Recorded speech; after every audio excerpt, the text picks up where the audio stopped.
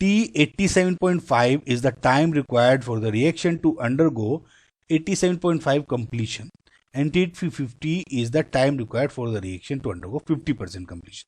मैंने कहा कि चलो ठीक है भाई, कोई मेरी रिएक्शन है, let's just suppose A to B. अगर ये रिएक्शन 87.5 कंप्लीशन हो रही है तो इसका T 87.5 है और 50% यानी हाफ खत्म हो रही है तो 50-50 है.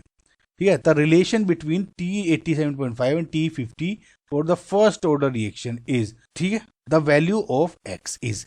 अब देखिए ये तो थोड़ा ये गाइस ये गलत लिखा है, इसमें बेसिकली इज ये है, तो इसमें आपको x की वैल्यू बतानी. करेक्ट. नाउ देखिए वी नो गाइस, अब आप 1% ये समझिए कि जब मैं ये बोलता हूं T 87.5, ठीक है, T 87.5 पे मेरा 87.5 खत्म हो गया, यानी आफ्टर जब मैं कोई रिएक्शन कर रहा हूँ A to B, तो let's just suppose at initial 0, ये तो 0 ये 100 थी और ये 0 थी. नाउ एट T 87.5 पे ये क्या हो गया 100 अब माइनस 87.5, ये हो गया 87.5, यानी ये इक्वल टू हो गया 12.5. तो इनिशियली जो आपका एट 87.5 है, जो आपको बचा वो हो गया 12.5. ओके. तो फॉर एग्जांपल अगर मैं इसको बोलूं कि अगर मेरी 100 यानी A नोट थी इनिशियली, तो अगर 12.5 बची तो क्या हो गया A नोट अपॉन 100 इंटू 12.5, तो ये क्या होगी आपकी A नोट बाई 8, यानी इतने टाइम के बाद आपकी A नोट बाई 8 बची. सिंपल हो जाएगा इस तरह से कैलकुलेट. नाउ T50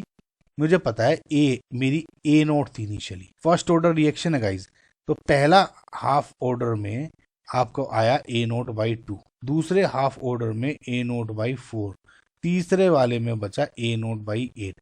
तो कितना हो गया फर्स्ट सेकंड एंड 3. यानी अगर मैं बोलूं कि अगर मेरा यहां से यहां आने में T 87.5 टाइम लगा, तो यहां से अगर मैं 3 करके जाऊं, हाफ फिर हाफ फिर हाफ, तब यहाँ पे मैं पहुंचूंगा. तो यानी T 87.5 इक्वल्स टू हो गया 3 times T half. I hope guys आपको समझ में आ गया. इसमें थोड़ा सा ट्रिकी एक्सप्लेनेशन है, लेकिन ये थोड़ा सा आप इस टाइप के क्वेश्चन को सोल्व करोगे तो आपको काफी ईजी हो जाता है. ठीक है. So answer is 3. I hope guys आपको समझ में आएगा.